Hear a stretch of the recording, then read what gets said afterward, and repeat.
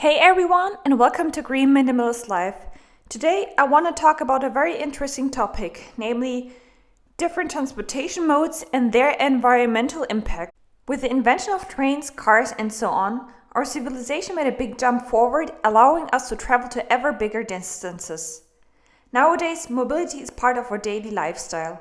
We either do our groceries by car, go to work by train, or travel by airplane. So the mobility sector causes a fifth of the greenhouse gas emissions. Although there is a shift slowly coming in, where new innovations like electric cars try to reach for carbon neutrality. Yet, this shift takes time, and therefore we should be aware of the different mobility options and their impact on our climate. So let's have a look at the different transportation modes and their environmental impact. First, public transportation like traveling by train or bus. Public transportation such as train or bus are generally more eco-friendly than using your own private car, as more people can be transported.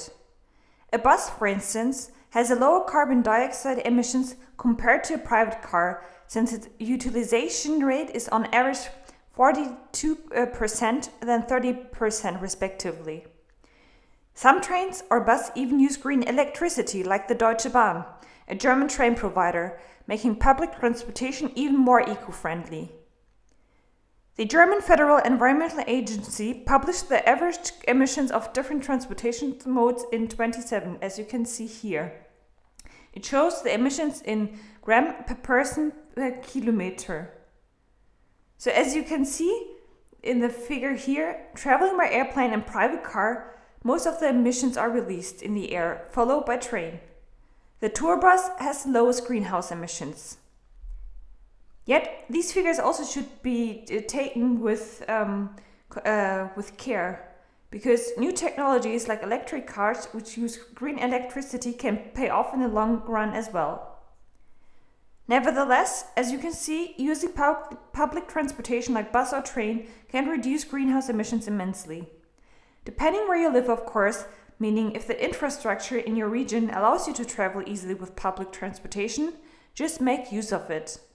My husband and I are lucky that we live in a suburban region of Munich where the infrastructure for public transportation is given.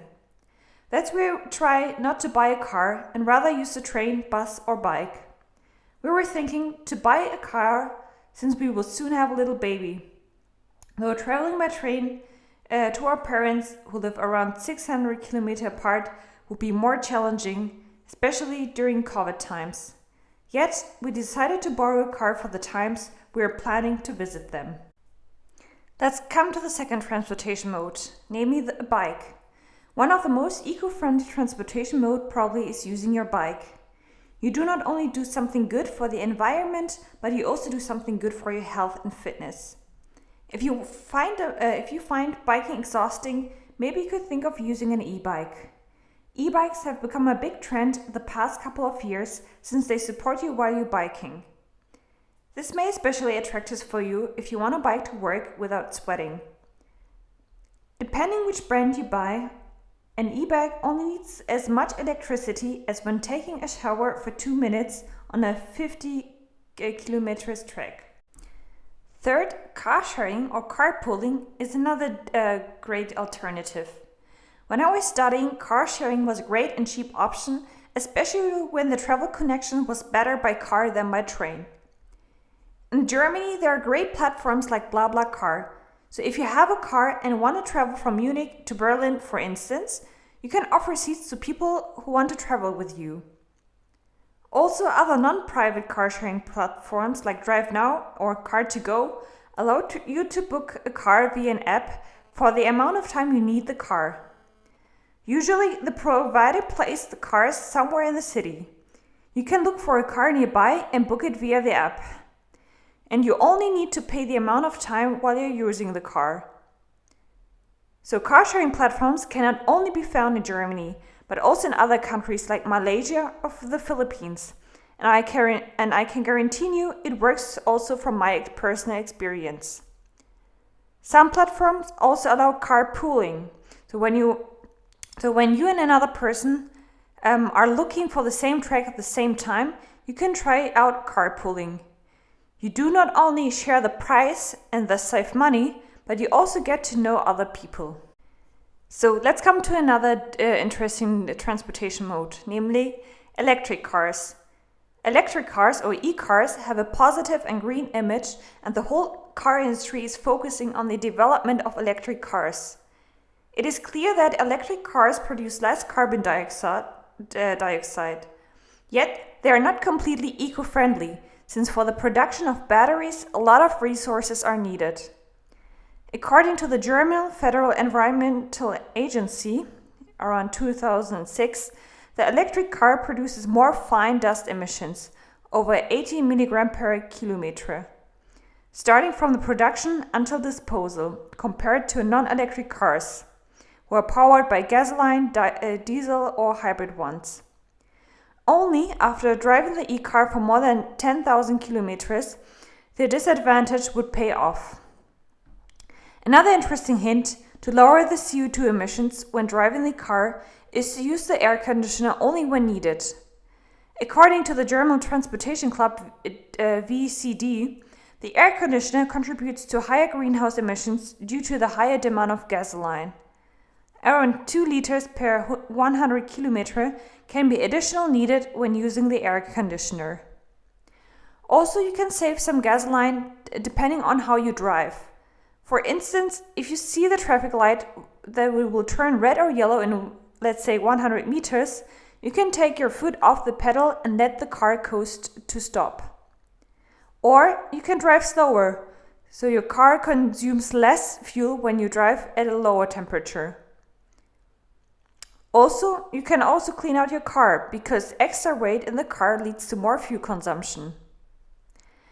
Another last interesting fact: check the tire pressure regularly.